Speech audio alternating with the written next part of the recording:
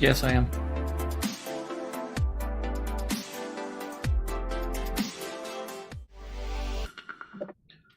Good evening. I'd like to call the Liberty Elementary School District Governing Board meeting to order for July 31st at the Jerry Rovey District Complex. I believe we have all 5 board members present, including Board Member Parks, Board Member Aguirre, Board Member Bixler, Board Member Kenyon, and myself, Michael Todd, who is joining remotely. Next up will be our Pledge of Allegiance, item 1.2, and Board Member Kenyon, can you lead us in that, please? I pledge allegiance to the flag of the United States of America and to the republic for which it stands, one nation under God, indivisible, with liberty and justice for all. Thank you. Our next item on the agenda will be item 1.3, approve the regular agenda.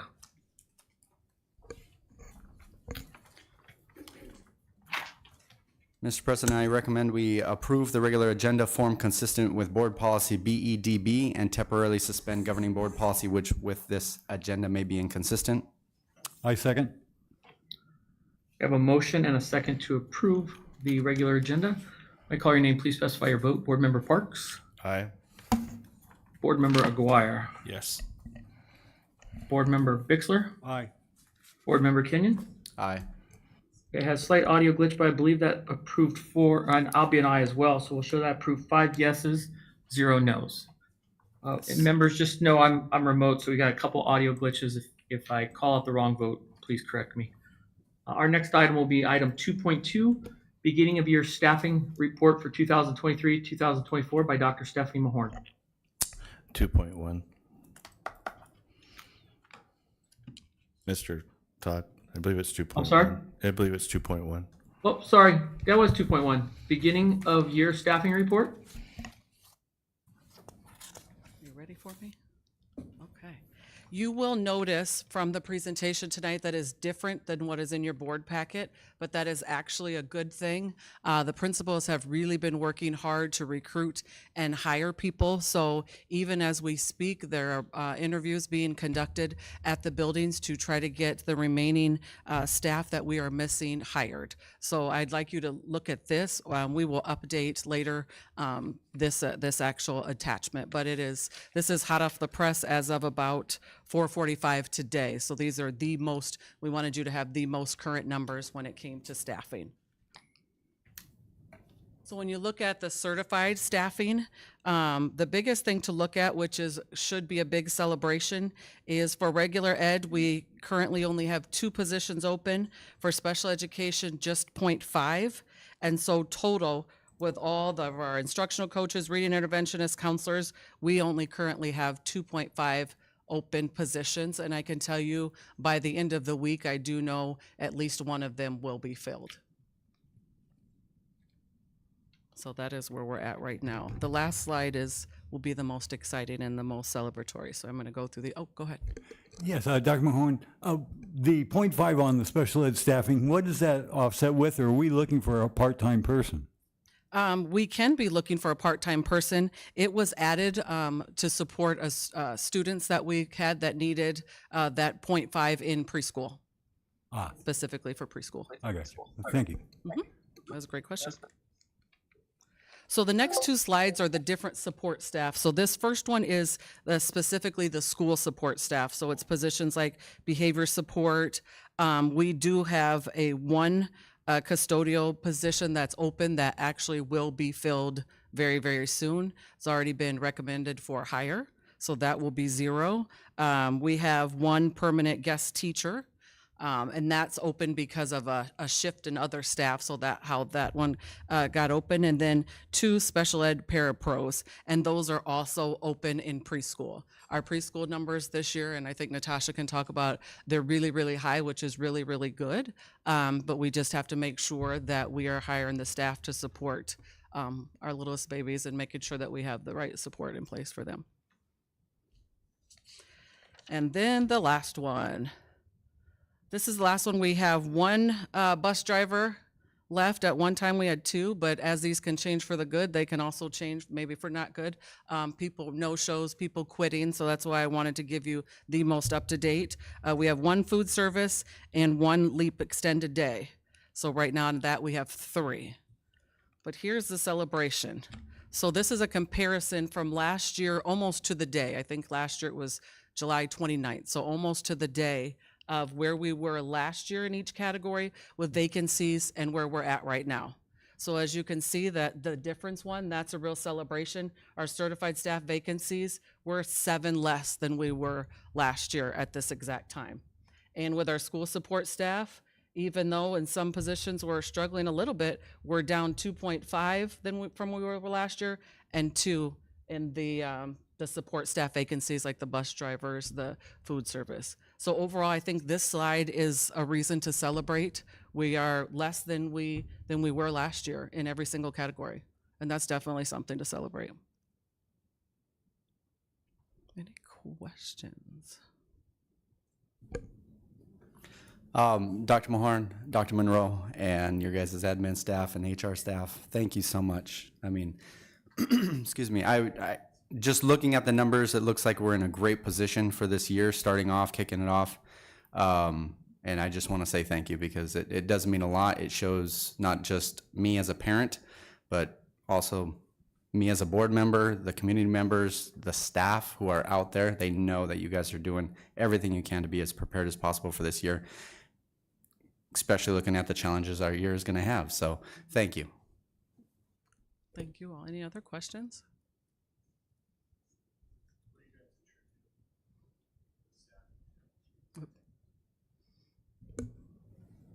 What do you attribute the staffing to? I think it's several things. One thing that I think is really evident is that the 4-day work week is really enticing, and that's really a reason why we are getting especially teachers to choose our district. I mean, look at our new teacher orientation that we had last week. We had upwards of almost 90 new teachers that chose to come to Liberty purposely when they could have chosen any district in the West Valley, but they chose Liberty. And so I think that's huge. The follow-up from the principals, when they know they have an open position, they are working immediately to get candidates, get them in, get them interviewed, get the process going and not waiting, so we can make sure that we're getting our positions filled as quickly as possible. Yeah, just real quick, and I had assumed that that's what it was. This time last year is actually the time that former board member Jensen brought this to the forefront and wanted to push this forward. So I thank him for that. The community should thank him for that, and staff should also thank him for that. Yeah, thank you, Mr. Aguirre. I'd also add one thing to that is it's amazing to me to see a lot of our neighbors in other districts in the West Valley and then in Central Phoenix all posting these last-minute job fairs. If you go onto social media or you're in contact with those districts, a lot of districts are scrambling now to do remote job fairs, or kind of like come and interview and we'll hire you on the spot.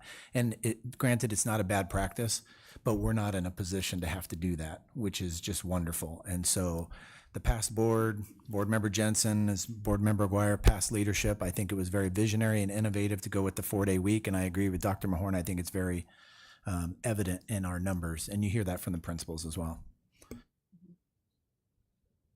Any other questions? All right, thank you. Okay, hearing no more questions, members, will move to 2.2, which is Learning Adventure Camp, presented by Rebecca Wiley, Education Services Coordinator. Yep. Good evening, President Todd and members of the board and Dr. Monroe. We are excited to come and share about Learning Adventure Camp tonight. I brought some of my colleagues with us, Aaron Brandon, who was our Learning Adventure Camp. They have the same acronyms almost. Learning Adventure Camp Coordinator. She did all of the footwork of getting kids enrolled down to buses and all of the day-to-day coordination. And then Stacy Shannon is one of our partners through the County School Superintendent's Office, one of our learning acceleration specialists who supported our Learning Adventure Camp this year. So you see on the slide in front of you our amazing Learning Adventure Camp staff. We had a shared common vision to support all of our students at achieving at high levels during the summertime with us. So here's just a breakdown of the timeline. We provided some training for our teachers. We provided 4 days of paid training. 2 days of that was actually spent in professional development, and then 2 days was planning and preparing the classrooms for instruction. We had teaching going on from June 5th to June 29th. We had 16 days of instruction from 8 to 12, Monday through Thursday. And then 2 days a week, our teachers stayed until 1:30. So they were on the clock with us 7:30 to 1:30, 4 days a week. And 2 of those days, they worked with our learning acceleration specialist and brought back the data from their classrooms and shared and collaborated together. And Stacy's going to share a little bit about that in just a minute. But the other 2 days they spent in preparing their classrooms for instruction. And so it was nice that we could have them on the clock and get paid for that time to prepare for the learning that was happening in their classrooms. So here you can see all of our staff. We had several teachers join us, kinder through 5th grade this year. We had paraprofessionals supporting in the classroom. We had a reading interventionist at each grade level. We had one for 4th and 5th, and then we had a full-time nurse on staff with us to support any of our students that were not feeling well, but we also had some special needs students who needed some extra eyes on them. So great staff that we had with us this summer, all willing to give up their June days to support students in learning. So one of the big celebrations that we had this summer was receiving the Summer Enrichment Grant from Governor Hobbs. We received $150,000 to help fund our summer program, and that funded our salaries for 16 classrooms, kinder through 5th, that allowed us to expand to 4th and 5th grades.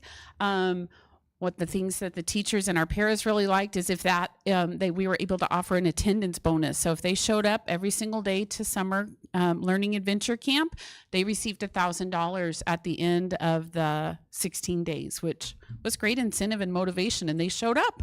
They showed up every single day. We were able to provide additional materials for teachers. We gave prizes for students, and we had books, and more books. We were able to spend about $12,000 in books, and the kids absolutely loved it. So here's a few pictures of that. The colored markers and things that classroom teachers absolutely love that oftentimes they won't buy for themselves. We were able to purchase that for them to use not only during Learning Adventure Camp, but they were able to take those back to their classrooms as well. And here you see just some of the books that we were able to put out to reward our students, and teachers also got to take some books back to their classroom as well.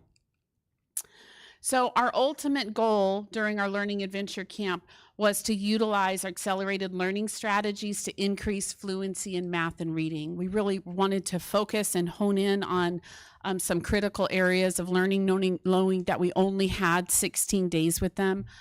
We really wanted to focus on where we could put our best efforts. So we provided those 2 days of accelerated learning strategies, and the planning days and the support during the time that we had together. And Stacy now is going to talk to you a little bit about the strategies that we talked about and learned. Thank you so much. Hopefully, I think I'm the small one of the group, so if I'm not loud enough, let me know. We were just really excited and thrilled to be invited to participate in summer school and to move our partnership forward with Liberty. We were given 2 days before summer school actually began. And so what we did with the teachers was we took them through what we do with all Liberty teachers when we go through a student-centered coaching cycle, which is, and if you want to, you can go to the next slide, it might be easier. There you go. So really what we did was we were given specific standards where we knew that there was a need. And so we worked with the teachers in summer school to unwrap those standards, really come up with a unit goal, find learning targets, create success criteria for students, for those different learning targets and that overall goal. Our job as learning acceleration specialists is we do not have anything magical in a hat that we can pull out and make all students all of a sudden magically be at grade level, but we definitely use a series of tools, tactics, and mindsets because we do believe that all students should have access to grade level content and that all students can achieve at high levels at their grade level content. We recognize that there are gaps, obviously, that our students are coming to us with. So we put a lot of time into purposeful planning and using formative assessment, and that's what we worked on a lot with the teachers on those Wednesdays when we brought everyone together for the collaboration part. A lot of it with the tools and the strategies is just figuring out where is the best place to implement those. And so we use that by looking at not what our gut is telling us or what our instinct is, but on what the actual students are showing us that they know and that they can do on their own. So we look at providing that just-in-time support. And so we did success criteria, we did learning target trackers, data tracking systems that the teachers could do, whether we were there or we were not. And then we also spent a lot of time, because we know vocabulary is such a high need. That's what the tip charts are for, really focusing in on that academic vocabulary that we know that our students are in desperate need of. And then what you've seen, I think, a lot of pictures of, and what you can see on that slide right there, is we look at a lot of transparency with students and making them a part of their learning. So the learning targets that you see on that wall, we keep posted at all times. We put student work on the wall. We put success criteria on the wall because we want them to build their sense of self-efficacy as they meet their targets. And as teachers, we want to know when have they met that target so that we can keep moving on and accelerate their learning forward. And so that is what we did with the acceleration. Thank you. And now Erin's going to share with you a little bit about what we did differently this year with our schedule. All right, so for K3, we had 4 separate adventures that they went on. And so the first adventure was Reading Horizons. So every teacher was teaching this.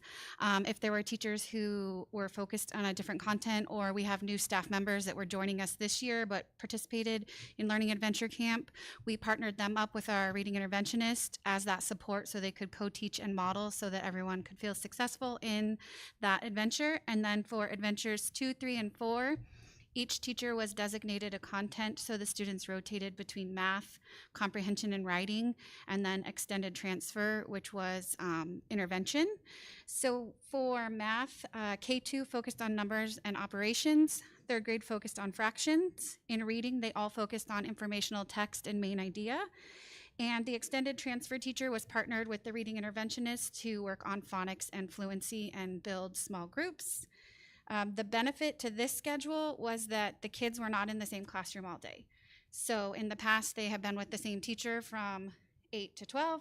They got to switch. So they were with each teacher about an hour. Aside from their first teacher, they were with a little longer, but it got the kids up moving and they got to transition. And also just having a different teacher sometimes was all the students needed to get energized and keep going for the day. And also for the teachers, it allowed them to only focus on one content area instead of all 3 during the day. So it made planning easier for them and they were able to target specifically what students needed. And we also, in building the classes, tried as best as possible to build classes with the same needs so that teachers didn't have a huge range. They had students kind of in the same group, which again made it easier for planning. 4th and 5th grade was on a slightly different schedule because we had less staff, so they had less adventures. But we also felt that students were able to engage longer in 4th and 5th grade to actually be in that class for 2 hours. Again, it was focused reading and math. Reading, again, was main idea, and math was fractions. For the small group, the reading interventionist was partnered with that teacher, so they had book studies, they had phonics, fluency groups, whatever the students needed. They had small groups going and rotating. And then we also had a volunteer who came in 3 days a week for 2 hours, and she split her time with 4th and 5th, and she would pull a small group out and focus on fractions with them. All right, daily attendance. I have been the coordinator, I believe, at least the last 6 years of summer school or whatever it has been called over the time. But so this is a huge celebration to me over the years of seeing it. I know right now you're just seeing this past one, but I'm going to share some information on former years. We had amazing attendance this year. It's some of the best attendance we've ever had, honestly. And some of the things that helped were myself and the nurse would call or email daily if a student was absent and just send a reminder, because they have the requirement that you needed to not miss more than 2 days. We'd be like, hey, you're missing a day. Parents would contact and they'd be like, all right, they're going to be back. So having that communication with parents helped, I think, get the kids coming to school. Also, we would email out just as reminders weekly, like, hey, we're on day 12 and our attendance is at 85% or whatever percent. Thank you so much for sending your kids and having them engaged. And parents were very receptive to that as well. And we also had, if they were there on Thursday, they got to go to the book room and pick out a book. And those kids loved it. When they were in line at lunch, they would show me their book and they would tell me what they were coming for next week. And so that really helped with getting the books. So comparing last year, we only had 1 day at 90%. And our final week last year, we were in the 70s and 60s percentage. And you can see we're in the 90s this year. So that's a huge improvement. Last year, we had 13 out of 16 days that had 80% attendance. And this year, we never had a day less than 84%. And the day that we did was a federal holiday. That explains the attendance.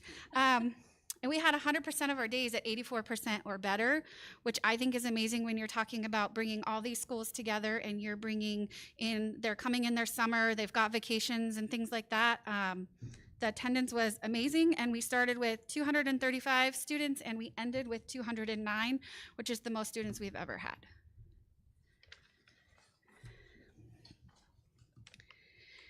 All right, so we wanted to celebrate the kids who had perfect attendance, to just thank them for coming to school every day, especially during the summer. And so we took pictures with their books, because they got an additional book if they had perfect attendance. So that last day they potentially got 2 books. So kindergarten, we had 31% with perfect attendance. First grade, we had 38%. Second grade, we had 30%. Third grade, we had 21%. And then I really want to celebrate our 4th and 5th grade, just because we expanded our program this year to 4th and 5th. We've never had them before. They definitely were the most reluctant to attend. When we started, they didn't have as much motivation. We had a little bit of behavior issues, but once the teachers started sitting down and setting goals with them and giving them prizes, we had water bottles that everybody got and they could earn stickers for those, the books, everything. We noticed a huge change, and I believe it shows in the attendance, because in 4th grade we had 36% with perfect attendance, and in 5th grade we had 43%.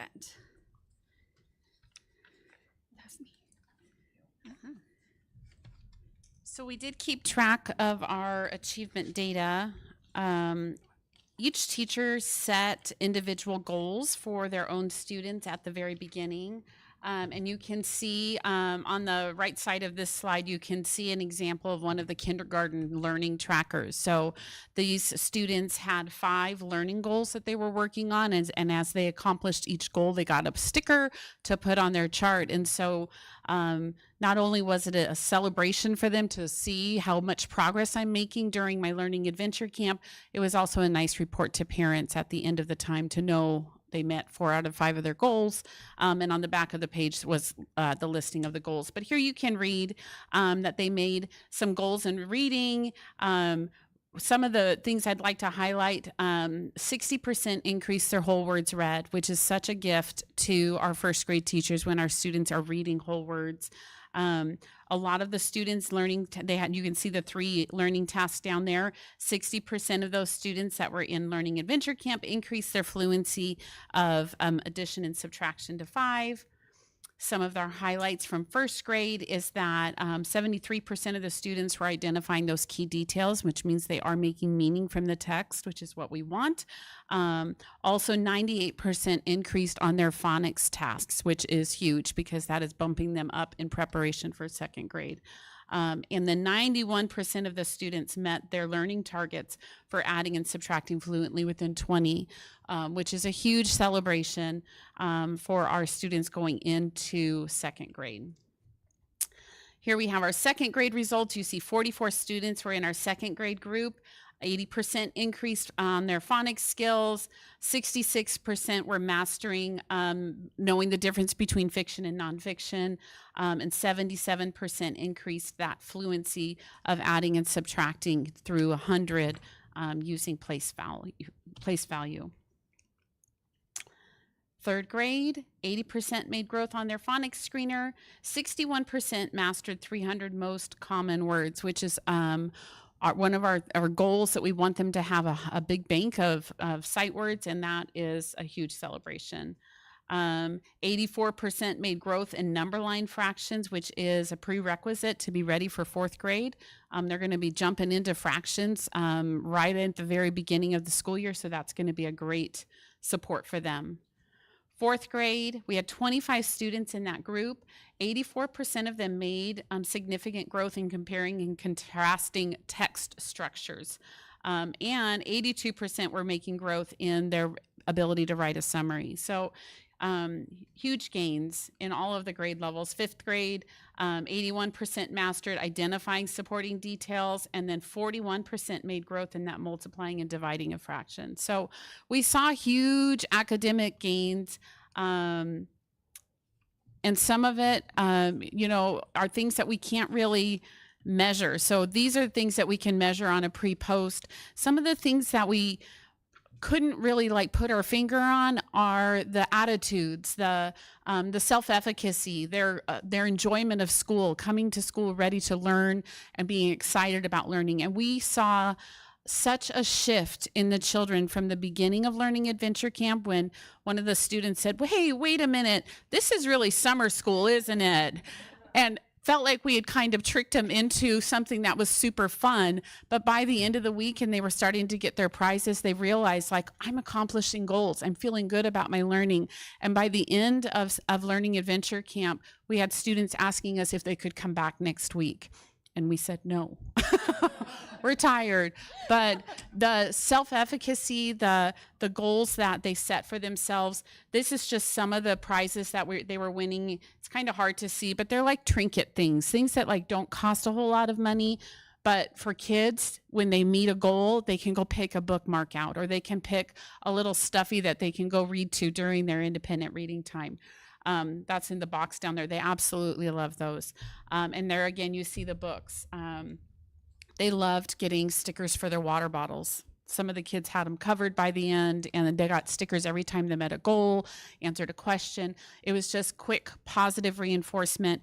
And those are some of the things that we can't really measure from start to finish, but those are the things that will carry them forward into the school year. Yes, we increase the academic piece for them. Yes, we close some gaps for them, but that feeling of I'm a learner, I can be confident in myself, I know how to set targets for myself, that will carry them forward into the school year and help them to be successful this next year.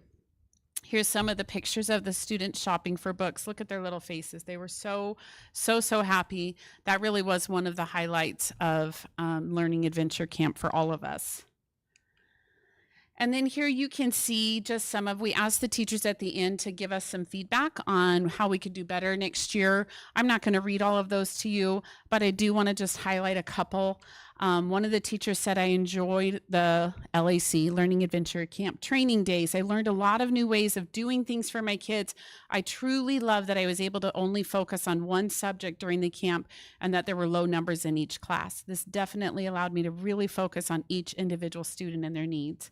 How great it is for teachers to be able to enjoy the art of teaching, again, when they've got small groups and they're seeing that they're making an impact. So again, something that we can't really measure, but it makes an impact. And just one more thing. At the beginning of Learning Adventure Camp, I sat with each student individually to talk with them about their goals and what they wanted to learn this summer in my section.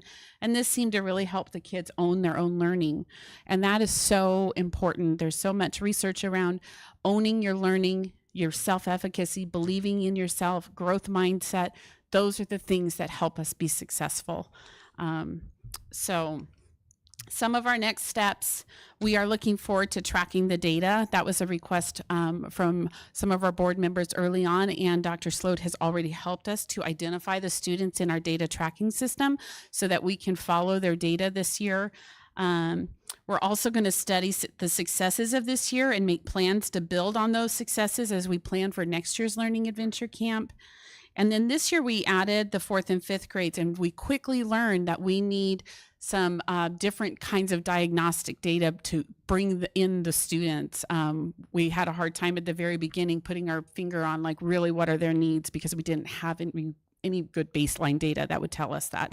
So we've got a plan looking towards next year, and we're ready for our next adventure. So what questions might you have for me? I have a few. Members, any questions? Mr. President, I do have a couple questions.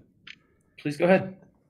Yes, I was lucky enough to go and watch it in operation, and as I stated at the meeting that followed after that, I was very, very impressed, mostly by the student engagement. It was incredible. I love the last line in one of your slides where they talked about how they were reluctant to come, but then they didn't want it to end. I don't think there's anything better to say about it, an experience like that than that. You answered a number of my questions. I was wondering what you had learned, and you kind of covered that. What do you think what areas do you think you could, opportunities for growth? What do you think we could do differently? Because I like the name Adventure Camp. I think we stick with that. That seems like a good idea. But what do you think we could do as far as growth over what we've already done this year? One of the things that Erin and I have already kind of identified is that we need to be a little bit cleaner on our success criteria, our exit criteria, like where do we want some more measurable goals. Our goals were a little bit loose this year as we were kind of figuring out each teacher really had to look at their group of students, identify the goal. We gave them kind of the area of content we want them to focus on. But if we would create a measurable goal like all students will increase in their phonics screener by at least X%, or by one new skill, or something that's a little bit more measurable. So that's one thing that we can do. And I think we'll be a little bit cleaner on our data next year. Yeah, great. Give you more information to work with. It sounds like a good idea. Yeah, I think that also as far as your evaluation of the success of the program, because we do a survey which does reflect student attitude. And it might be interesting to see if it's possible. I don't know if we have last year's results from individual students, but we could look at the students that were a part of the adventure camp and see if their overall attitude towards school improved because of the experience in summer. That might be an interesting number to look at. Yeah. So I hate to add work to you guys, but I sure would like to know. It's definitely something because it like I said, it's one of those things that we would like to be able to measure in their attitudes toward learning and their willingness to see themselves as with a growth mindset. And those are some things that we could maybe do on a survey. I also want to just thank the teachers for their commitment. I'll tell you what, that to me was one of the biggest differences I saw was class size. Oh my gosh, it was wonderful to see these kids engaged with 2 or 3 of them with one professional that they were working with, and you could see why the engagement was there. Everybody was touched by the staff. Everybody got a chance to get their voice out, so it was great. Yep. And the other is the other thing that you said in your report that I was wonderful is you kind of identified how you were going to intervene, but what you learned was when and where. And oh my God, that is powerful. So congratulations. Great job. Thank you. Any other comments or questions? Yeah, I had a question. What makes the summer programs successful in your guys' opinion? Is it the time shortage that kids aren't in school, would you guys say? In other words, they're out of school. I'm not sure how long they were out of school. I'm just guessing. Yeah. 2 weeks or 3 Yeah. weeks, and then they started the summer program, Yeah. and then they're basically out of school for say another 2 weeks, and then school starting. Do you think that plays somewhat of a part in the success?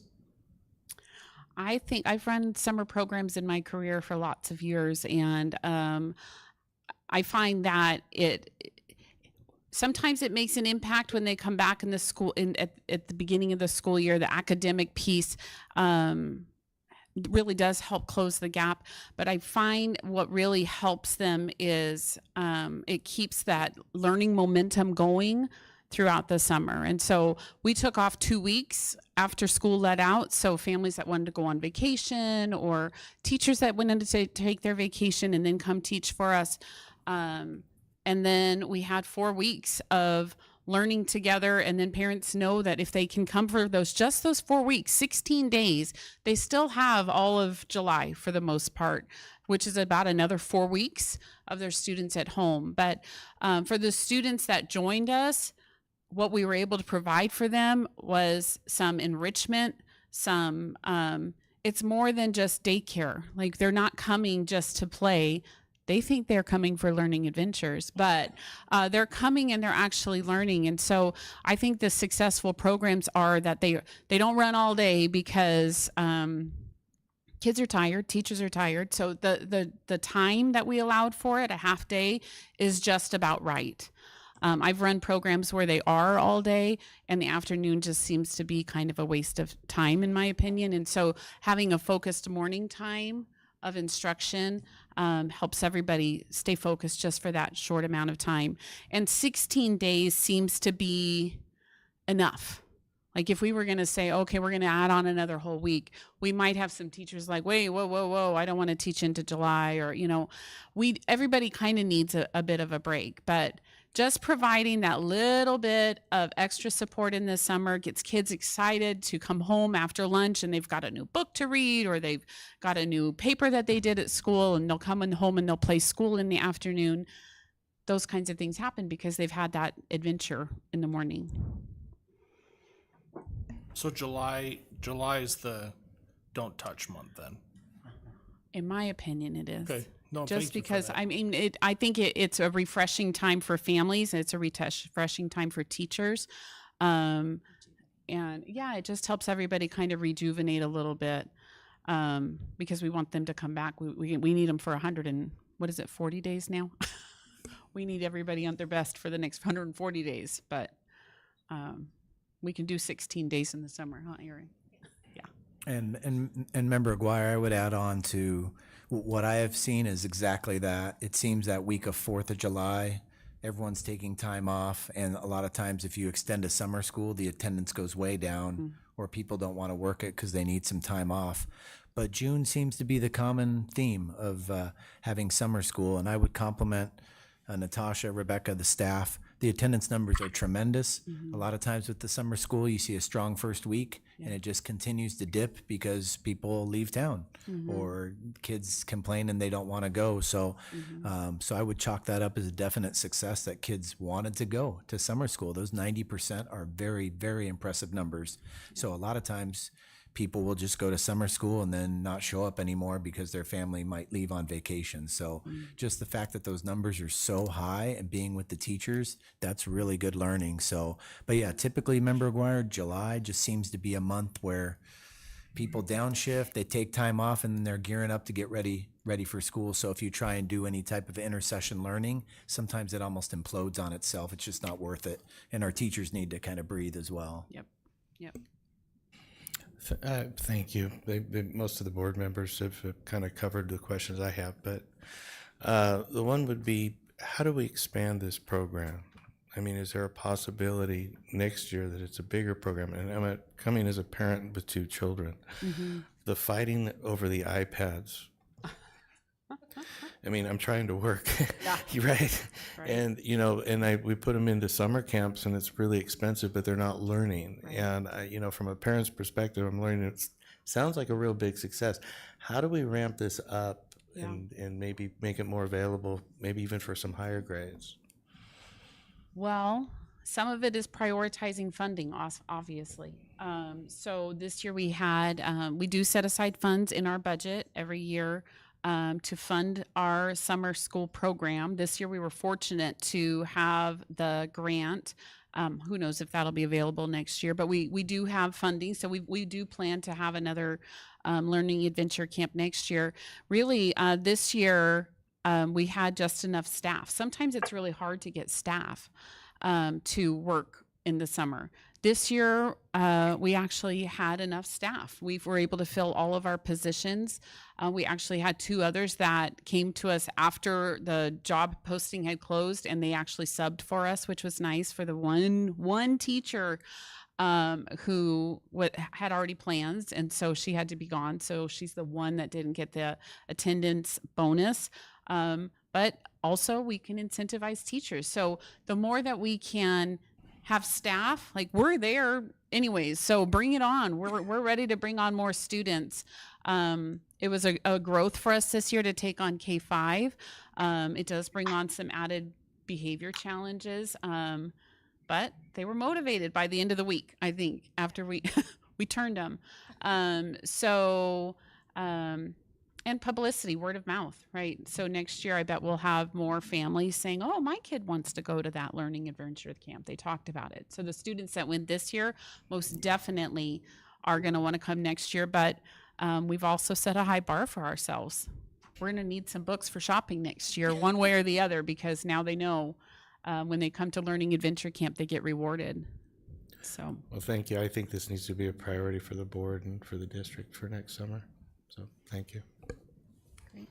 I would like to just kind of echo everything that was said here. I think it's a wonderful program. Obviously, the statistics are telling us that it's working. The attendance data is outstanding. Look like we have some great staff that put their hearts into these kids, and it's just wonderful to see. I wish I could thank each and every one of them, but as a group, thank you. And Board Member Parks as well. What he's saying is so true. If we can just try to probably, towards the end of this coming school year, really recap on how great we did this last summer, and for the parents to know, a lot of parents may or may not know about this, right? So if we could just kind of get that message out there and see, and obviously that's going to create some more demand for more staff to step up, but that'd be wonderful to see our district really excel because of this program. So right. Thank you. Yep, awesome. Thank you. I'd just like to echo what my fellow board members have all said. The work that you guys have done this year is amazing. Attendance, can't say enough about that. And as a result of that, it sounds like the overall academic performance was up as well. So we clearly know when students are in class, it's a better learning situation for them, obviously. To the staff that continued on, I was really inspired. I thought it was great when you talked a little bit about communications with parents. If a student missed, you guys were on the phone calling them. That's fantastic. I commend you for thinking to do that and getting those kids back into class. That's critical, and success was great. So I would echo what every other board member said tonight, and thank you for your commitment and dedication to this, and to the entire staff that took part in it. It sounds like we've set a record and raised the bar. So next year we'll look forward to you coming back and pushing this bar away and raising it up a little bit more. Awesome. We're ready. All right. All right. We'll accept the challenge. Okay. Okay. Thank you. Next on the agenda will be item 3.1, governing board updates. Board Member Kenyon, would you like to start tonight?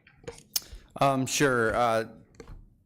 Not a whole lot for me other than this morning was wonderful. I got to attend the assembly, kind of kicking it off for the staff, and man, what a lot of energy there. We had a great speaker, lots of motivated speech there, and I'm just so proud of this district.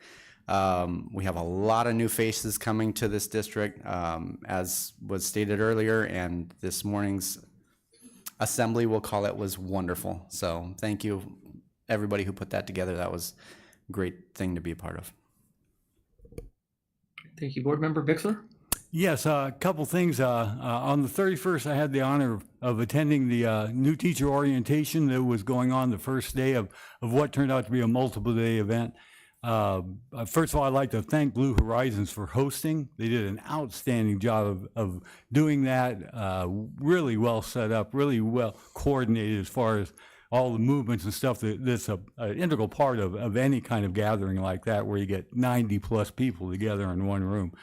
The other thing was I like to thank the people that helped out with the catering. Every day we had breakfast and lunch catered by the community, different entities within the community. And thank you so much for doing that. That does make a big difference as far as those long days of training and learning. So appreciate that. As far as the actual meeting itself, it was fantastic to see all the new teachers there. We talked a little bit earlier in this meeting about the number of staff that we have, the 90 plus that we brought on, which is a huge number, which is incredible. And the number of openings that we have is so small. It's just really, really heartening to see this all happening. But the other thing that I'd like to point out was within those 90 new to the district, there was only a handful that were new to teaching, which is a huge difference. I mean, we brought in experienced teachers. What a fine job you folks did in recruiting. Outstanding, great job. And I had a chance to talk with a few of them while I was there and was very impressed by the conversations I had with the people that we saw. It's kind of interesting. The schools, public school is very different in that we have a start and a stop. And this is kind of what happened at the convocation today. There is just so much energy that you feel just because there's a new beginning. And I can't tell you how that feels. It's just so good to feel that you have a new start, you have an optimism for a new year, you know you're going to do things better than you did the year before, and it's going to be a better year. I love the start of the school year. One of the things I did tell one of the new teachers that I talked to, new not only to us, but new to the profession, is that if everybody's first year, because I remember my first year of teaching is really, can I stay one day ahead of the kids? And that's really all you shoot for. If you can do that, it's a pretty good year. I don't know anybody in their first year who stayed ahead of the kids. Everybody had to play catch up at some points. First years are tough. But if the second year was as bad as the first year, there wouldn't be any third year teachers. And there are third year teachers. And as Dr. Monroe said earlier today, we are all in our first year. This 4-day week is new for all of us. We're all back in our first year again, so we need to be patient. Don't give up on the idea. It will get rough later in the year when the enthusiasm wears off, but it will get better. So great things going on in this district.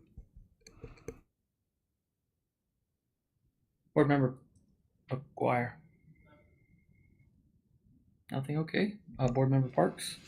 I just reiterate, I got to participate this morning in the kickoff. It was nice to see not only the tenured teachers, and we have plenty of teachers over 30 years in this district, and that says a tremendous amount.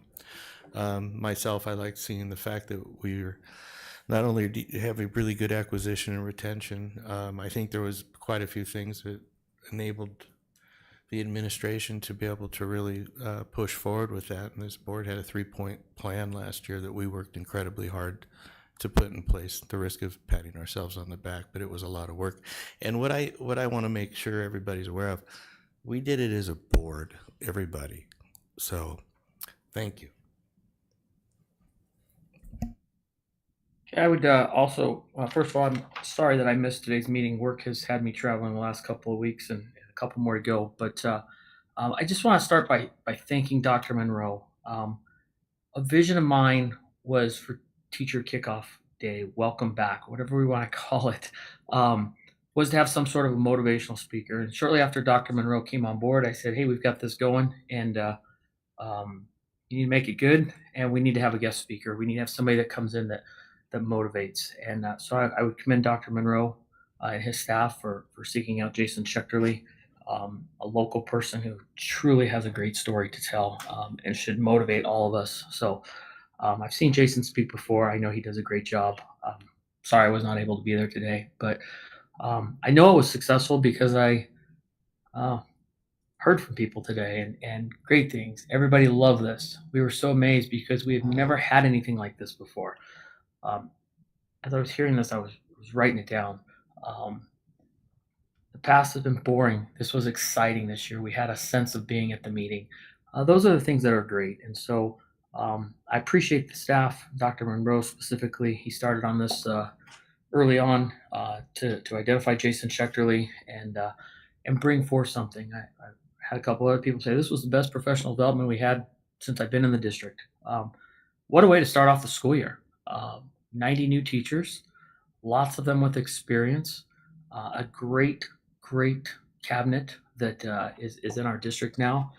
We are going to great heights. And in addition to the 4-day work week, the positivity that's surrounding this district is absolutely amazing right now. And we hear people, they're coming to our school, they're looking around. Teachers have a choice. They can go anywhere right now. If you're a teacher, you can write your ticket wherever you want to go, and they're coming here. So again, I just want to thank the staff for who's done so much of the work on that, as well as Board Member Park said, this board, working with all of you is certainly something that I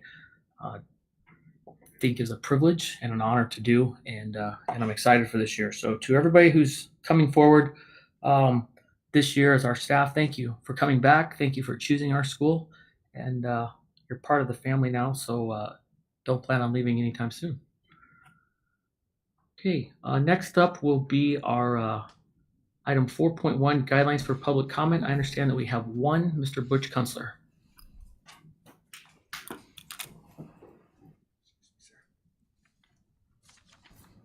Ladies, Superintendent, Board President Mr. Todd, and board members, I come to you today for 3 reasons. One is to support the bond upcoming for the Liberty 25 School District. I believe that the bond that it includes a new school, and I think that this board deserves a new school. Number 2, I want to congratulate everyone in the room for the success rate in filling the teachers, and a lot of them being experienced teachers. Unbelievable concept. And, when I look at this room and I look at this board and I look at the new superintendent, I believe that's the reason why. Okay, I don't believe it has anything to do with any past 1 board members or 2 guys meeting in a corner. It has to do with open transparency, which is what this board now has. And I would like to say that I hope that the direction of this board remains the same. And at this point in time, you have the full support of the parents, the grandparents, and we the people. Thank you.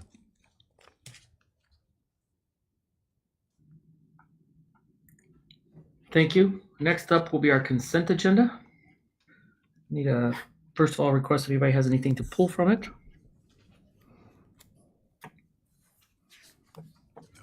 Hearing none, I'll take a motion to approve the consent agenda. Mr. President, I move that we approve the consent agenda as written. Okay, I have a motion. Do I have a second? I'll second. I have a motion and a second to approve the consent agenda as written. When I call your name, please specify your vote. Board Member Parks. Aye. Board Member Aguirre. Yes. Board Member Bixler. Aye. Board Member Kenyon. Aye. I'm also an aye. We will show that approves 5 yes, 0 no's. Next up will be item 6.1, possible action to convene an executive session pursuant to ARS 38431.03A1 and A3 for discussion or consideration of the superintendent's contract and for legal advice with the attorney of the public body.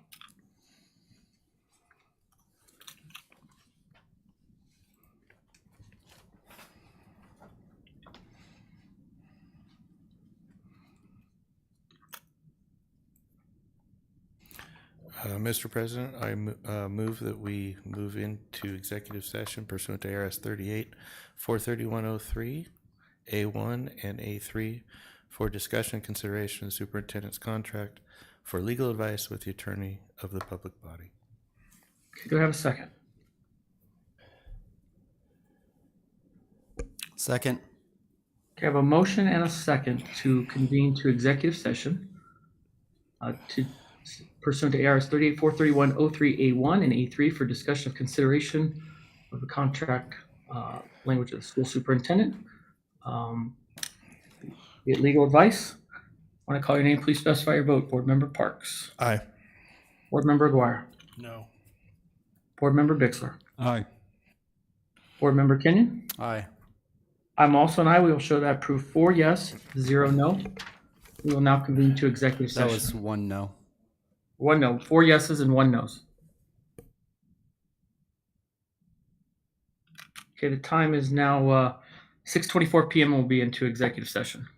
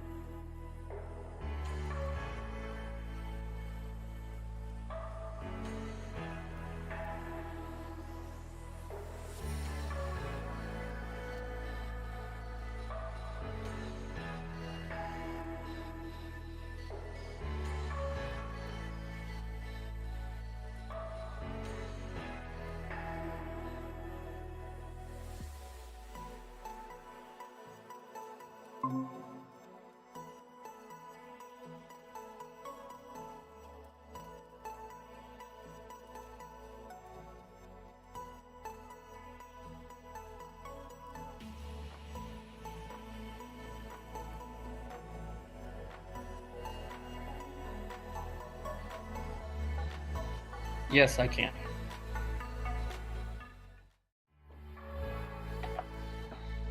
Do we have all the board members back yet?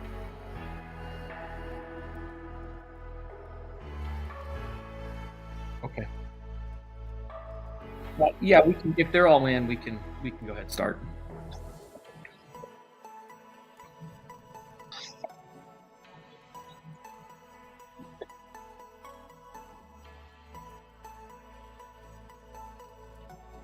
Okay, the time is now 6:44 p.m. We'll show that we are back into general session. Our next item on the agenda is 6.3, approval of amended contract for interim superintendent Dr. Court Monroe for the 2023-24 fiscal year. Members, we were briefed by council in executive session. At this point, I would accept a motion. Mr. President, I'd make a motion to, I recommend the governing board approve an amended contract for the interim superintendent, Dr. Court Monroe. Okay, to be clear, is that your motion or are you just recommending it? That's my motion. Okay. Do we have a second? I'll second. We have a motion and a second to approve the amended language in Dr. Monroe's contract for 2023-24. Is there any discussion? Hearing none, when I call your name, please specify your vote. Board Member Parks. Yes. Board Member Aguirre. No. Board Member Bixler. Aye. Board Member Kenyon. Aye. I'm also an aye. We will show that approved with 4 yes votes and 1 no vote. Next up will be item 6.4, discussion and consideration to approve the job description for the Executive Director of Operations and adjustments to the Executive Director of Business Services, Assistant Superintendent of Educational Services, and Assistant Superintendent of Human Resources and Student Services job descriptions. Dr. Monroe. President Todd, members of the board, a redistribution of duties at the assistant superintendent and executive director level is necessary. This is something we've been working on the last month. It is recommended that the recently approved director of student services position be reclassified to an executive director of operations role. This role would include duties such as new school construction, custodial, maintenance, landscaping, maintenance and trades, land developers, capital planning, facility rentals, transportation, among other supervision duties. Attached for the board are revised job descriptions, also the old ones where you can see the changes, for approval of this position, with 3 other job descriptions that would need to be approved due to their being affected by the redistribution of these duties. So that would be the Executive Director of Business Services job description, the Assistant Superintendent of Education Services, and also the Assistant Superintendent of Human Resources and Student Services, which is a new job title. The redistribution of duties will allow us to hopefully find a person with expertise and experience in these areas, as we are a growing district that will have new school construction, capital projects, facility renovations for many years to come. Also, a current analysis of landscaping and custodial services is greatly needed. This change would also allow the main thrust of the Assistant Superintendent of Human Resources and Student Services position to be a bit more focused moving forward, and the job title would thus be changed because of that. This is not an additional leadership position, but a reclassification of a current approved position that's open or vacant, and it would cost approximately $15,000 to the maintenance and operations budget. So administration would recommend the approval of the job description for the Executive Director of Operations, and also the adjustments to the Executive Director of Business Services, the Assistant Superintendent of Educational Services, as well as the Assistant Superintendent of Human Resources and Student Services job descriptions. That's a mouthful. So, Okay, members, any questions or discussion? Mr. President, I do have a quick question. One of the things that we kind of hang our hat on is the fact that we've kept our administrative costs very low. In fact, we have been recognized for that 28 times. Is that what I saw recently? My question is, you're saying this is not a new administrative position, so that doesn't change that number at all? So it will not impact that report? This, Member Bixler, the Director of Student Services position was a job that was approved by the board. I don't know if someone can help me out. That was before my time when Mr. Nettle was here. Do you have any idea, Natasha, when that was? During the budget, Yeah, I'll just call it budget work. workshop. It was approved, and so that position has remained vacant. So actually what's happening is we're just reclassifying that position. So we're not adding a position, we just haven't hired for that. Right, so And it we doesn't re- really impact that. I realize it's a number report. It's all about how many are doing this and how many are doing that. So since that is only a reclassification, it doesn't change that number. That's what I think so, yes. I'm just wondering when the Auditor General what report was made and when this was approved, because I don't know if it would impact that. Beth, I would have to look at that. I just don't want to say, I don't think it will, Mrs. Bixler. Beth, can Well, you comment on the timing of it, on when that report comes out, and when this approval was done? Yeah, so the Auditor General's report was for 2022, fiscal year 2022. And so this will have a slight impact to administration costs because the Director of Student Services was going to be a split between the function 2100, which is instructional support, Yeah, and 2200. okay, you're right. So So we'll- it will take a little hit on that, but a Not little. much. Yeah, if any, I mean, we'll have to see. I mean, we'll continue to be lean and mean and, funnel our, as I call it, lean and mean at the administrative level and funnel our dollars towards the classroom support. And I do think that that's something to be very proud of. So I just didn't want to commit yay or nay if the number was going to look different. So it could slightly, Beth, I mean. Slightly, if it won't any. go much. Yeah, and I absolutely agree with this position. I think we're at a point where we have enough brick and mortar going on still, and we have some deferred things that we need to get caught up on. We need somebody, and then the potential for a whole new building. Yeah, we have just way too much brick and mortar that we don't have a specific person dedicated to just that, and make sure that we're doing the right things for that. It also, I think, frees up our existing administrative staff into areas that they have strength, and I like that idea. So I'm real supportive of this position.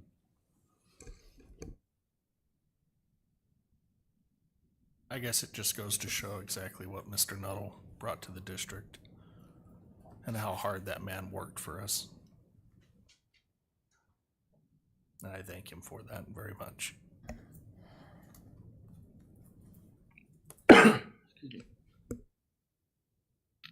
Members, hearing no other discussion, I would just like to thank staff for looking at this. I can tell you, I had a conversation with our previous superintendent about this very position. And she had even said, we're probably going to need to look at this in the next school year, I should say. So here we are. I think we're doing better. We've brought on Dr. Mahorn to handle that. We've reclassified some of our responsibilities at that level with the approval of this, and we're able to bring someone in who can help lead our district in the future. Having these expertise with the person that we will hire that will meet this job description, I believe will actually save us some money in the end. They'll be able to better manage some construction projects, be able to hold feet to the fire of some of our cleaning staffs and so forth. So I would be supportive of this 100%. And it does not appear, as I've looked at this, that it would impact our Auditor General standing by very much, as Ms. Strickler has said as well. So with that, I will believe we're up for a motion and a second for this.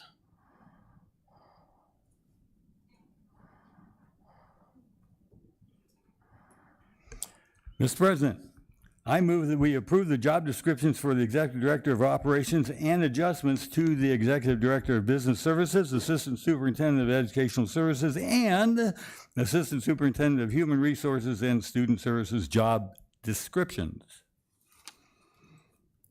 Do I have a second? I'll second. We have a motion and a second to approve the Executive Director job description of the Executive Director of Operations and adjustment to the Executive Director of Business Services, Assistant Superintendent of Educational Services, and the Assistant Superintendent of Human Resources and Student Services job descriptions. If I call your name, please specify your vote. Board Member Parks. Yes. Board Member Aguirre. Yes. Board Member Bixler. Aye. Board Member Kenyon. Aye. I'm also an aye. We will show that approved 5 yes, 0 no. Our next item will be item 6.5, approval of bond pro statement. Dr. Monroe. President Todd, members of the board, at the last July 10th board meeting, the board was able to give some input on the draft of the pro statement for the bond from the board for the 2023 November bond election. So since then, administration's made some of those adjustments to the statement, remember, within 200 words, so we have to be very careful. And it's presented here, so this represents the final version for the board to approve so that we can meet our deadlines for the bond pamphlet, which I believe is next week. So administration would recommend approval of the bond pro statement. Okay, members, any questions? Hearing none, I'll call for the motion to approve. Mr. President, I move that we approve the board pro statement, the bond pro statement. I have a motion, I have a second. Second. I have a motion and a second to approve the bond pro statement. Any further discussion? Okay, when I call your name, please specify your vote. Board Member Parks. Yes. Board Member Aguirre. Yes. Board Member Bixler. Aye. Board Member Kenyon. Aye. I'm also an aye. We'll show that approved 5 yes, 0 no. Next on the agenda is item 6.6, discussion consideration to approve the board superintendent operating and communications protocol. Dr. Monroe. President Todd, members of the board, on Monday, June 26th, the governing board and the superintendent had a retreat where a facilitator worked with us on operating and on forming some operating and communicating standards for the governing board superintendent team moving forward so we can be effective. On July 10th, there was a written draft presented to the board for further review and any revision of that work. This document was also reviewed by our legal. So these standards would be reviewed and revised annually by the board as needed and signed off on by the superintendent and the individual governing board members. So it's administration recommends the governing board approve the operating and communication protocol. Okay, members, do you have any questions before we call for a motion? I just have a question for legal counsel. What happens if a board member breaks this protocol?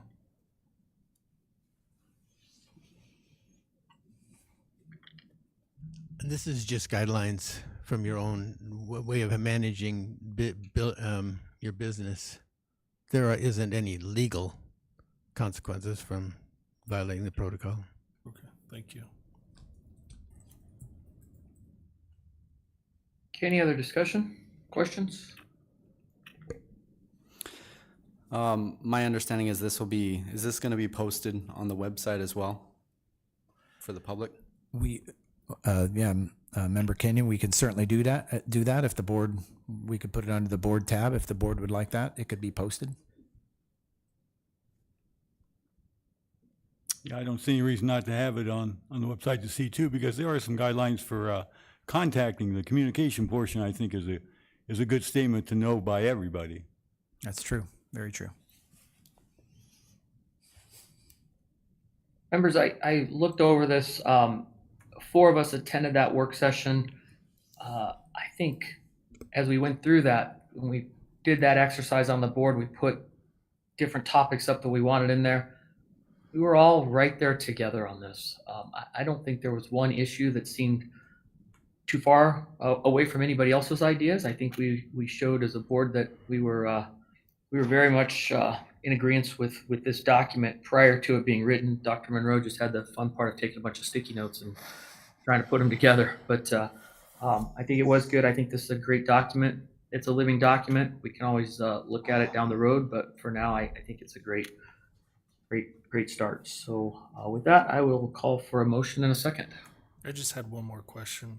Yes, sir. With this protocol, wasn't this already covered in policy as a guideline? There, Member Aguirre, there's a lot of things that are touched on in the policy. However, this kind of gives us language, what it really looks like when you put it into place. Sometimes policy is really broad, And so this identifies what it could really look like from a board member standpoint and also from the superintendent. So it doesn't contradict policy, but I think it adds to it and it helps members of the community understand why the board may act in a certain way or the superintendent may act in a certain way. And if I may, just kind of add on to that, as a new board member, having a policy that's right here in front of me would be so much more helpful than me having to look through all of the district policies on how to deal with each individual thing. So it's a very good guideline for a new board member as well. I do think we need to be careful about the use of policy and guideline. We need to really make sure that we know this is a guideline. Absolutely. Yeah, this is a guideline. It doesn't contradict policy. It supports policy. But remember, policy can always be very broad. And then you have kind of what's the standard operating procedure under the policy? What does it look like? And so to Member Kenyon's point, it kind of breaks it down. What should be the role of the superintendent? What should be the role of the board? How does communication work specifically? And it takes away a lot of the guesswork. So it certainly supports policy. It certainly does. Members, I'll take a motion. Mr. President, I'll make a motion that the governing board approve the operating and communication protocol and display it on the district website. Second. Okay, I have a motion and a second to approve the communications protocol and display it on the website. Any further discussion? Okay, when I call your name, please specify your vote. Board Member Parks. Aye. Board Member Aguirre. Yes. Board Member Bixler. Aye. Board Member Kenyon. Aye. I'm also an aye. We will show that approved 5 yes, 0 no's. Thank you. Next up will be item number 6.7, discussion consideration to approve supplemental resources for computer science, ELA, social studies, science, career exploration. Ms. Camp. Good evening, Mr. President, governing board members. District administration is recommending the governing board approve Tech Smart Coding, Code.org, Reading Horizons Elevate, Discovery Education, Studies Weekly, and Defined Learning as supplemental instructional resources. Administration facilitated Supplemental Resource Committee on May 22nd. These meetings were held open to the public. Committee members included teachers, administrators, and parent participants. You can also see the outcomes of those committees as stated in the executive summary. The committee meeting agendas and meeting documents were posted using board docs. Committee members previewed materials and scored each resource using a rubric of criteria for the supplementary resources. During the meeting, committee members discussed the merits and/or possible concerns for each resource. Each of the resources listed were recommended based on a consensus of the committee that reviewed those resources. All resources were put on 60-day review from May 23rd to July 24th to gather public input on each of the resources. No public input was received. Upon board approval, a list of approved supplemental resources will be put on our district website as shown in the table, also in the executive summary. I stand ready for any questions. Members, any questions? No. Hearing none, I'll take a motion. Mr. President, I move that we approve the Tech Smart Coding, Code.org, Reading Horizons Elevate, Discovery Education Studies Weekly, and Define Learning as supplemental instructional resources for computer science, ELA, social studies, science, and career exploration. I'll second. Okay, I have a motion and a second. When I call you, is there any discussion? Hearing none, when I call your name, please specify your vote. Board Member Parks. Yes. Board Member Aguirre. Yes. Board Member Bixler. Aye. Board Member Kenyon. Aye. I'm also an aye. Will show that approved 5 yes, 0 no's. Next up will be item number 6.8, approval to issue a blanket purchase order to Pro Petroleum for district-wide bus and fleet fuel for use through the 2023-24 school year. Ms. Strickler. Mr. President, members of the governing board, district administration is recommending approval of one purchase order for this fiscal year in the amount of $325,000, $300,000 for diesel, $25,000 for unleaded fuel, Doing one purchase order allows the district to take the best benefit of the daily rate of fuel instead of being stuck with a monthly amount. Again, district administration recommends the approval of one purchase order for this year. Any questions? I do have a question. How are we monitoring that those gallons are being used for district vehicles and district use? Well, the pumps are behind a locked fence, and I do believe they have to have a key in order to unlock those pumps. Okay. So to operate the pumps, there's a key. I can't be sure for that. I can find out for you.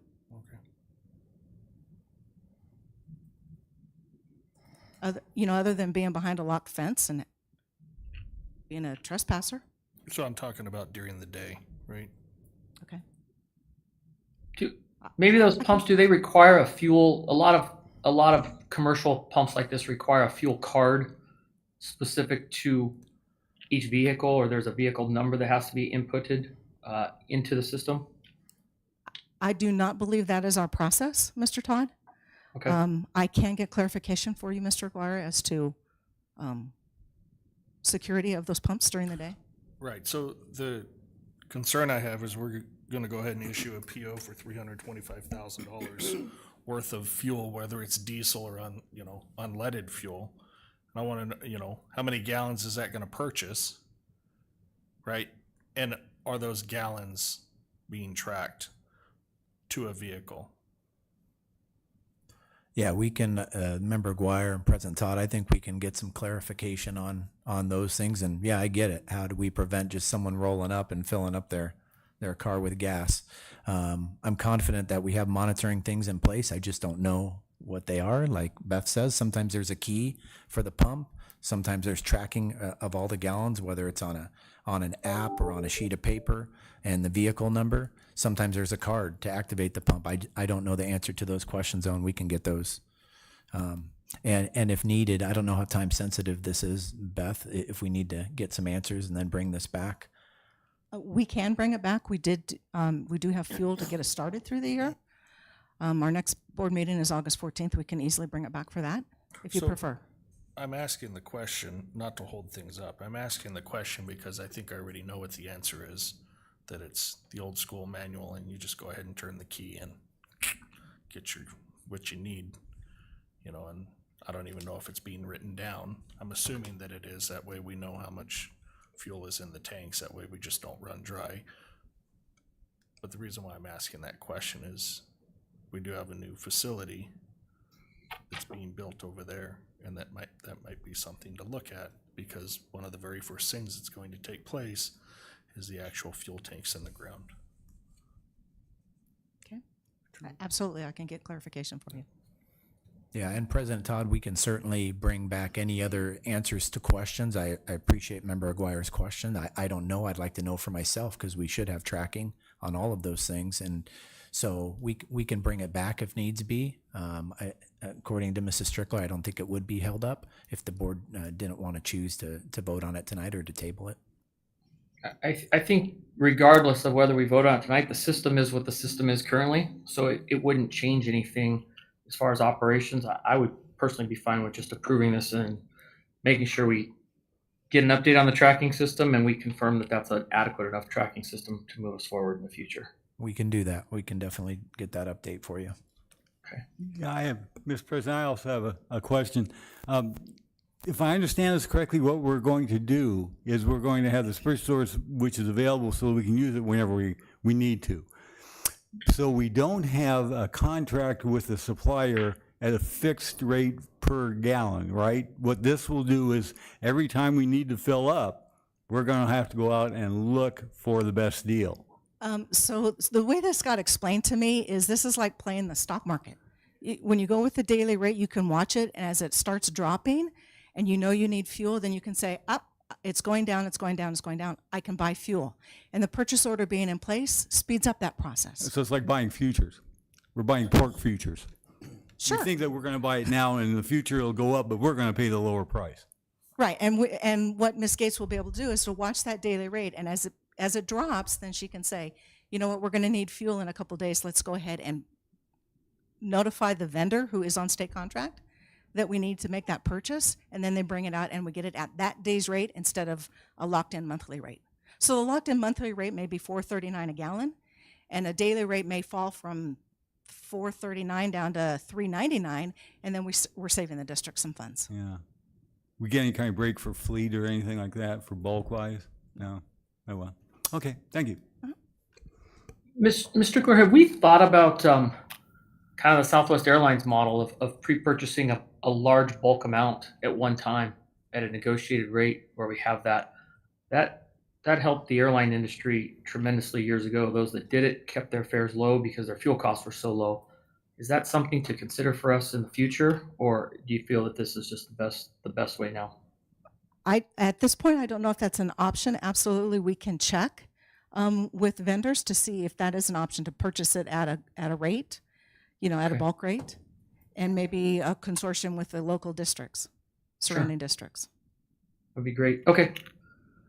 Members, with no more discussion, I'll take a motion for this item. Make a motion to approve and issue a blanket PO to Pro Petroleum for district-wide bus and fleet fuel for use through the 2023-2024 school year. Do I have a second? Second. We have a motion and a second to approve a blanket purchase order, the Pro Petroleum for district-wide bus and fleet fuel for use through the 2023-24 school year. Any more discussion? Hearing none, when I call your name, please specify your vote. Board Member Parks. Yes. Board Member Guire. Yes. Board Member Bixler. Aye. Board Member Kenyon. Aye. I'm also an aye. Will show approve 5 yes, 0 no. Next on our item will be number 6.9, discussion of first reading of policy JLCD. Ms. Natasha Camp. Good evening, Mr. President, governing board members. The Arizona School Board Association legal team has reviewed recent Arizona legislation to identify governing board policies that require updating to align with statute. The policy changes proposed here match the ASBA recommendations. The summary and rationale for the revision is as follows. Following policy advisory is the result of laws passed by Arizona Legislature, PA, that's policy advisory, 747, ARS 15160.02 derives from seizure safe school legislation. The model legislation began in Kentucky in 2018 when one teen, Lindsay Crunk, recognized a need to educate teachers and school professionals on the prevalence of people living with epilepsy and seizures. Arizona passed its model legislation in 2022 after it was introduced by the Epilepsy Foundation and later amended with the help of ASBA's governmental relations team. Purpose of this bill, as stated by its creators, was to educate school staff about epilepsy. The bill requires training and a dissemination of information. The training is not a requirement that any individual administer medication in any scenario. The requirements as required by law are instituted in a model policy and regulation.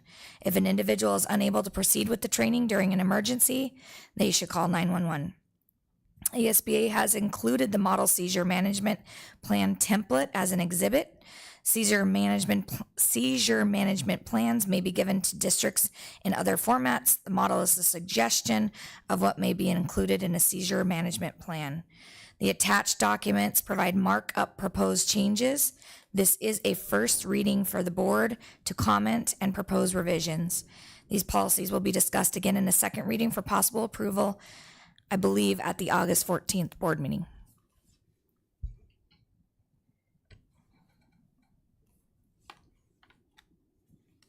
Okay, so just to clarify, this basically is just bringing us concurrent with state law. Correct. Okay. Members, any comments, discussion? I had a question. So, and this might be for legal here, of it doesn't give a date, and I didn't see when I looked and couldn't find one of when ASBA's team did the amendment or got the amendment in. Did that take place with the 2022 legislature, did that take place in 2020, in the 2023? I don't know the answer to that. The reason why I'm asking, right, is because there's a lot of things that have been passed, but cannot take effect because the session is not closed, right? And it's 60 days, 90 days, 90 days. Yeah. After the session closes, then the clock starts for the new legislation to pick up. That's why I'm asking that Yeah, question. that's I don't know the that's a answer. good question, Mr. Guire. But I would say that it's probably 22 because the ASBA doesn't move that fast.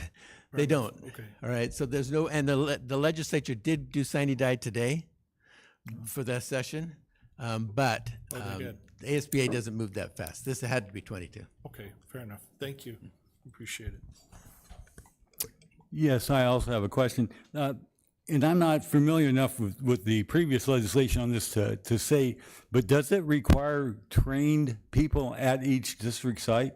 And what is the requirement? Yeah, I'm going to look to Ms. Hamrick. She and I worked on this together. So it does require for us to have a trained person on each site for seizure management. And I believe it's 2. And then also in the fine print, if a child's teacher or if a child is interacting with a set of teachers, it would be appropriate for all of those teachers to also be trained. I think it's less robust. And I can assume that the legislature in its infinite wisdom has given us both time and resources to do the training that we need to do. We do have approved trainings that we have access to, and we know where those are. Actually, some of our schools took the training last year. And we do have funding to cover for substitutes and all that kind of stuff when the training pulls teachers out of the classroom. It's virtual. It's a virtual training. Still costs time. All right, I'm just making a point that's unfunded.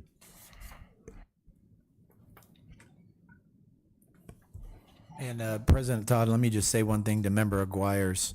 I agree with what Clyde says. It's been my experience that ASBA responds. It's usually a pretty slow process. And when a session ends, you would think it would be ideal that we get one package of all the revised statutes. And sometimes it comes like that. Sometimes it's very clean, but other times they kind of come trickling in. I mean, it would be great if it was all at once and we could package it and say, this is from 2023. And some years it is, but then other times they come trickling in and we're never sure when. It's almost like their legal team's just trying to do a few at a time.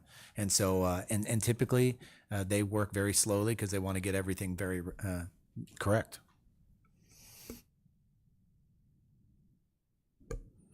How long, the training can't be very long for this. There's not much in seizure management other than to clear out the area. You really can't stop a seizure. The inhalers is pretty easy, so I can't imagine there's a huge time commitment on the teachers for this. It's about an hour? Yeah. It's approximately an hour, Mr. Todd. Okay. Yeah, so it's pretty simple. So, okay, members, with that, it's just discussion, so we'll look for this to come back at the next meeting for approval.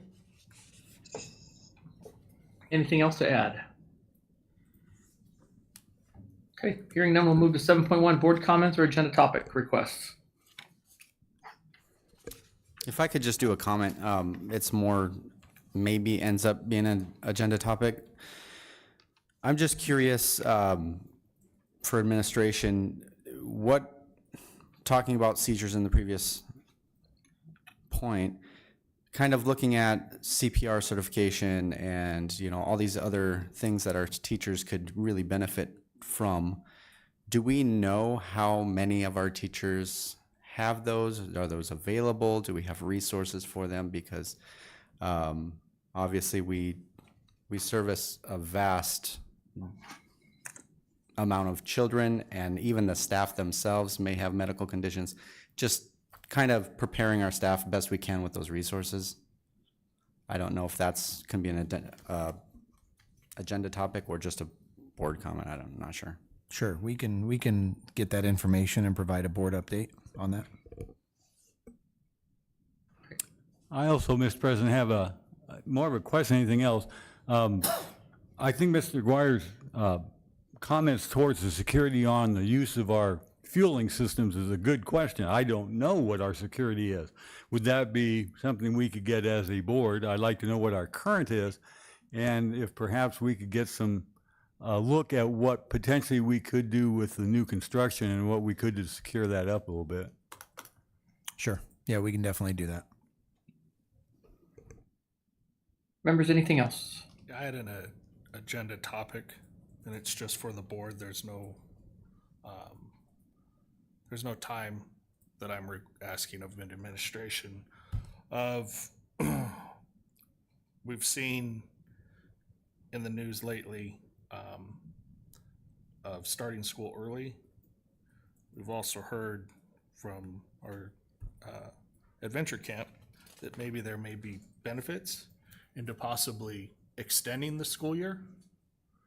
So I was just wondering if any of you all would be interested in just having that discussion of, before we have administration look into anything.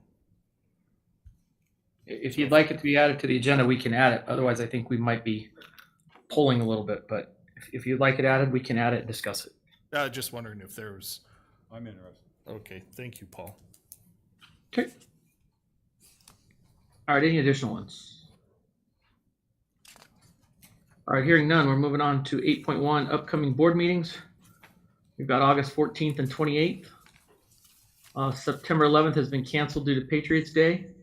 And then our next one will be Monday, September 25th, 2023.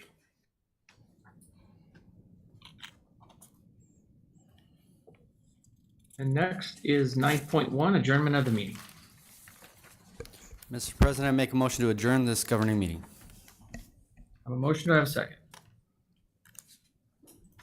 Second. Don't fight over it. We got a motion and a second. My calling name specify your vote. Board Member Parks. Aye. McGuire. Yes. Bixler. Aye. Kenyon. Aye. I'm also an aye. Somebody smack the gavel. We will show the meeting is adjourned at 7:20 p.m. Thank you, everybody.